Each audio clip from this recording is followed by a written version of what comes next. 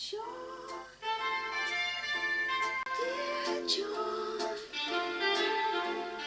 by the time you read these lines, I'll be gone. Hello, thank you for joining me as I continue to review episode by episode my favourite ever sitcom, Dear John. In this video, I'm looking at Season 1, Episode 2. If you haven't yet seen the video for the first episode, by all means take a look at that first. If you've been waiting for this video, thank you for your patience. Subscribing and clicking on the notification bell are good ways to find your way back. To recap very quickly, this sitcom, which was first aired in 1986, now appears somewhat neglected compared to some of the writer's other works, especially Only Fools and Horses, which was a mega hit. So slightly overshadowed, slightly forgotten about. There's an idea that it ran its course after its second season, which is when it ended. There's an idea that because the characters are slightly cartoonish, that it lacked the longevity of some of his other work. I'm trying to count the jokes that we get in each episode and using that to offer some numerical basis for whether we think the show is getting better or worse as it goes on. But that's quite a subjective exercise, even when it's just one person looking at one show, as I've now found having finished the second episode. Altogether, I think the first episode is the better episode, but that episode only had 42 jokes, and in the second one I've counted 55. Now I remain adamant that the first episode of this show is the best opening episode of a sitcom that I've ever seen.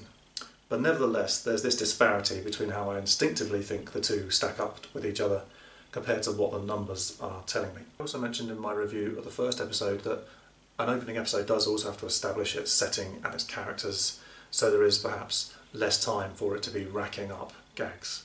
It does have some big, strong laughs, but there's perhaps fewer than in the first episode.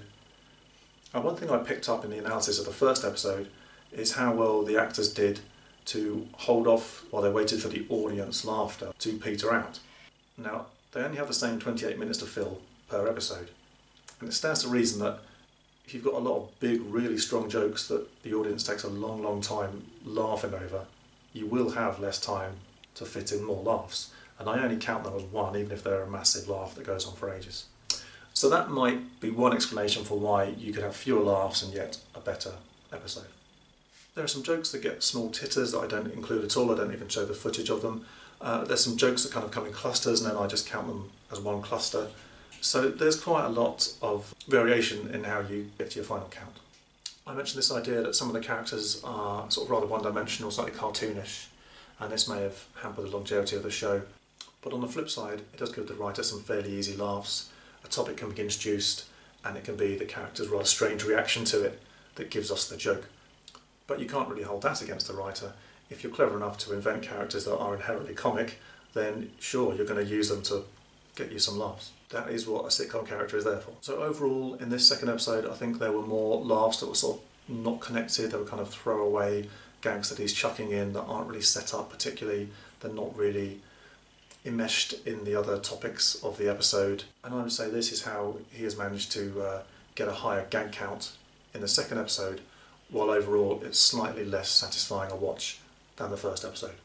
But like I say, I do think the first episode is absolutely exceptional, so perhaps we'll find that the first episode could just be set to one side, and as we go on, we'll see how the other episodes compare to each other. I think it's true to say that the show is always at its strongest when they're in the encounter room talking out their problems, and that's certainly true for this episode. We have such highlights as Ralph divulging his secret anxiety about plants, talking about him behind his back. We have Kirk's epic tale of a romance he had with a nun in San Francisco, which of course is entirely fictional. And finally we have John himself completely losing the plot with the whole discourse and declaring that this is the very worst time of his entire life for having to listen to this nonsense. And it's this rather insensitive rant of John's that finally breaks Kate, breaking her reserve and forcing her to admit to the group what her own problems are. And in this sequence, overarching the series with quite strong laughs that we're getting as the scene unfolds, is quite a heartfelt moment for Kate. This is interesting because one of the things that John Sullivan is particularly fated for is introducing moments of poignancy into his sitcoms, really kind of switching gears quite abruptly and taking an audience from a comic moment to one that's very, very sad or very heartfelt. This particularly features in his work with Only Fools and Horses, his most popular sitcom, And although that predates the start of Dear John, it wasn't until after Dear John that he started to introduce those things more frequently. So this can be seen as a bit of a forerunner for what he was going to go on to do with even more profundity later on in his work. Some other highlights.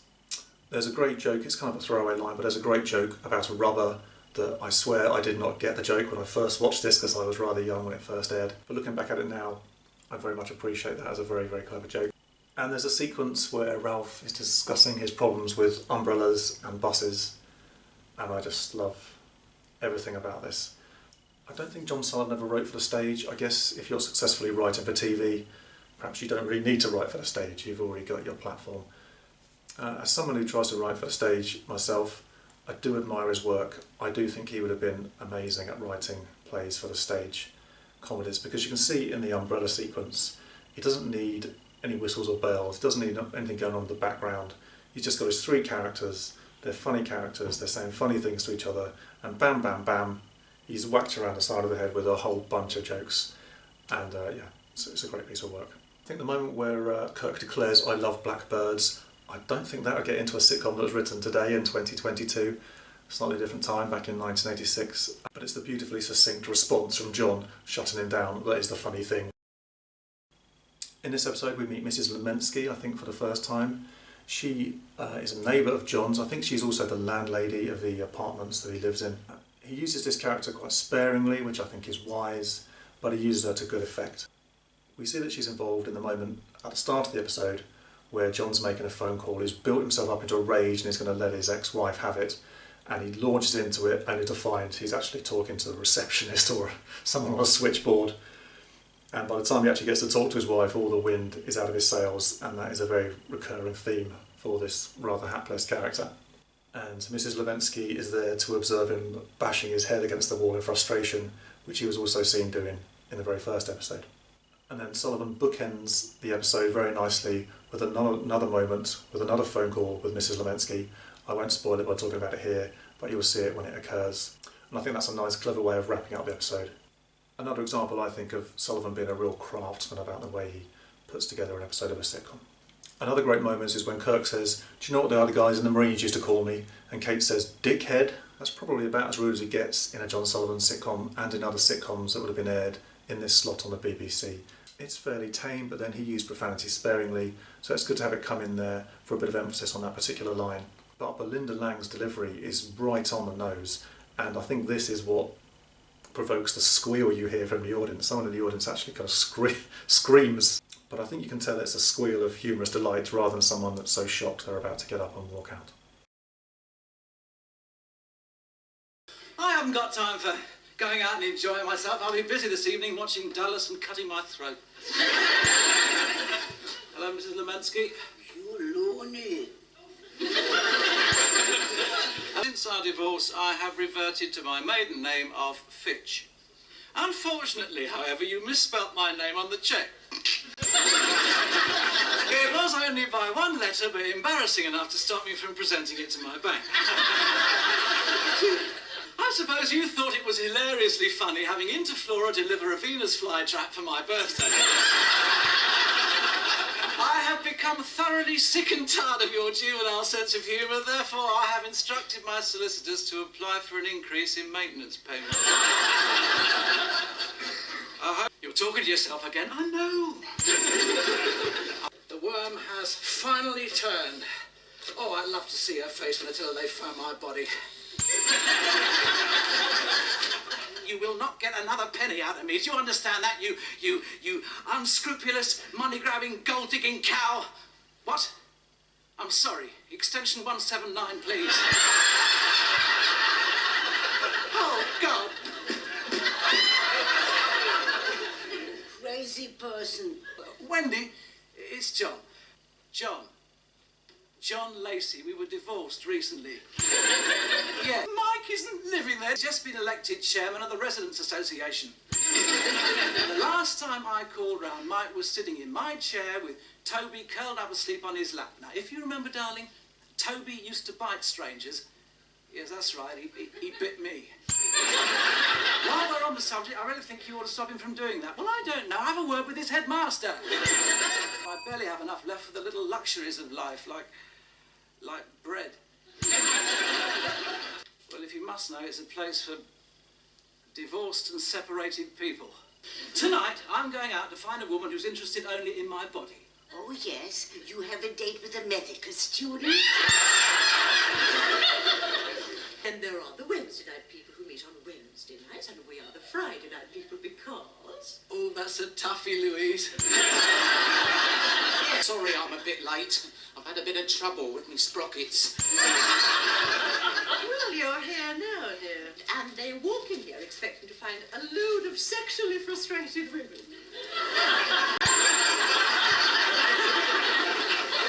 The Halloween fondue isn't definite. I should pencil that one in lightly. And it might be a good idea to have a rubber handy for the Vickers and Tarts party as well. The application forms are on my desk for the champagne concert. Hey, Louise, the fat woman isn't here.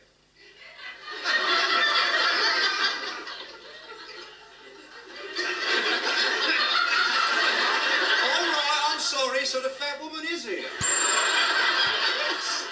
Well, what you're trying to say, Rafe, is that we are a symposium idea and formally seeking greater emotional awareness within the framework of viable spatial patterns by means of a sympathetic dialogue based on interactive cooperation and mutual trust, yeah? Let's all think about it. Do we have to? Let's all try and feel really laid back. Hey. You could relax more than that, Rafe, if you try. Sorry.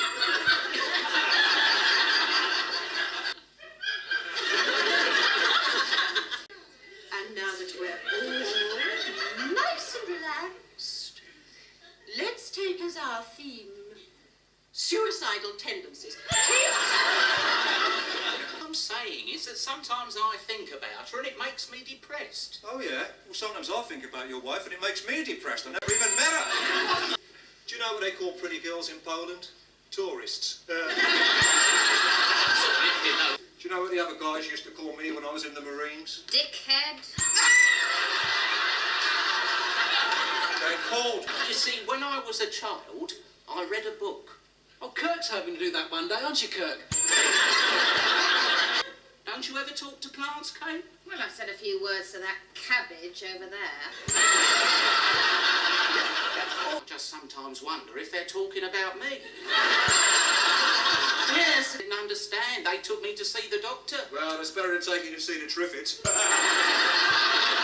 Let's move. Kate, do you feel able to tell us any more about yourself? Personal anxieties, fears, sexual problems. No, not... You mean you've been divorced 3 times? Oh, I can see why you're a teacher.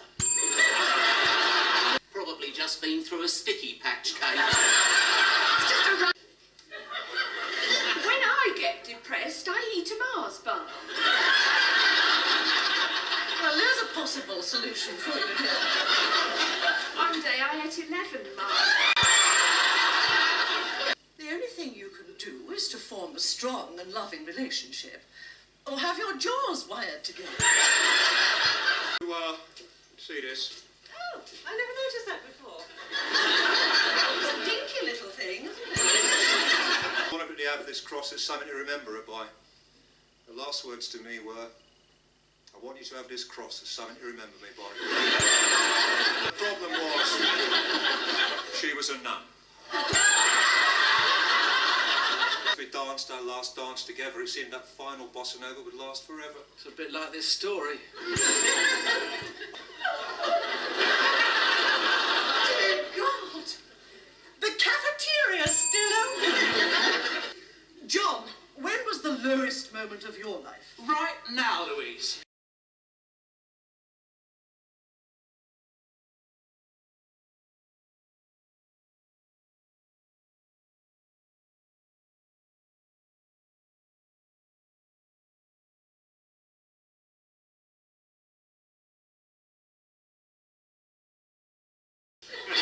I come out to tonight and I hear the parable of the go-go nun. I mean, a fully grown man who suffers from the Bill and Ben syndrome, and a woman who's been divorced from 3 different men and thinks she hasn't got a problem.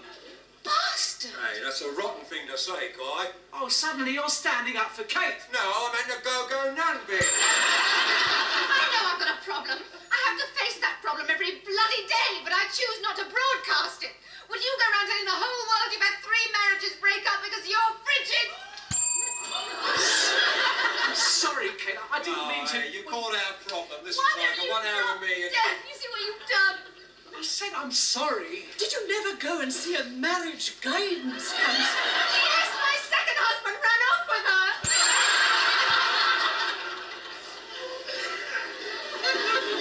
What did you mean, the Bill and Ben scene? Shut up, Ralph. Well, this has been a most successful evening. I'm sure you all feel a lot better, yeah? A new atmosphere of trust and confidence in one another. Margarita? Thank you. Would you like a tonic with that? No. Was there physical pain? Look, you know that story I told about me and the nanny? It wasn't true. You're kidding. You certainly had me fooled, Kurt.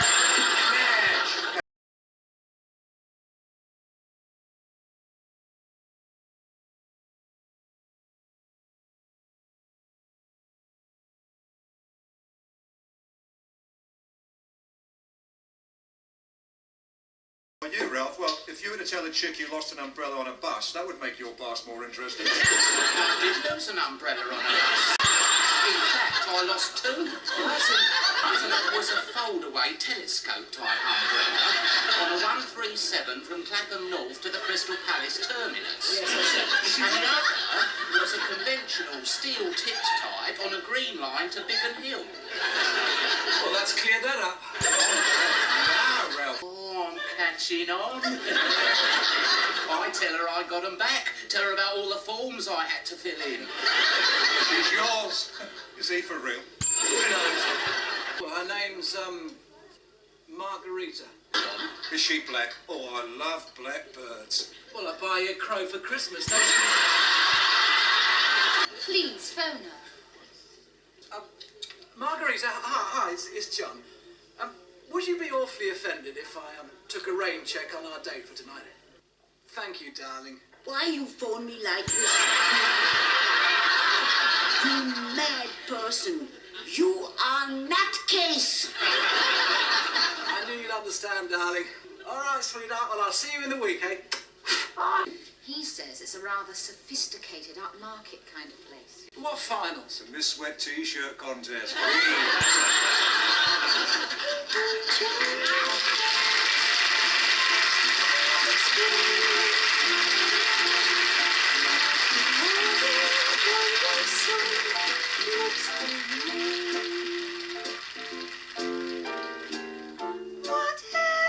So that's my review of Dear John, Season 1, Episode 2.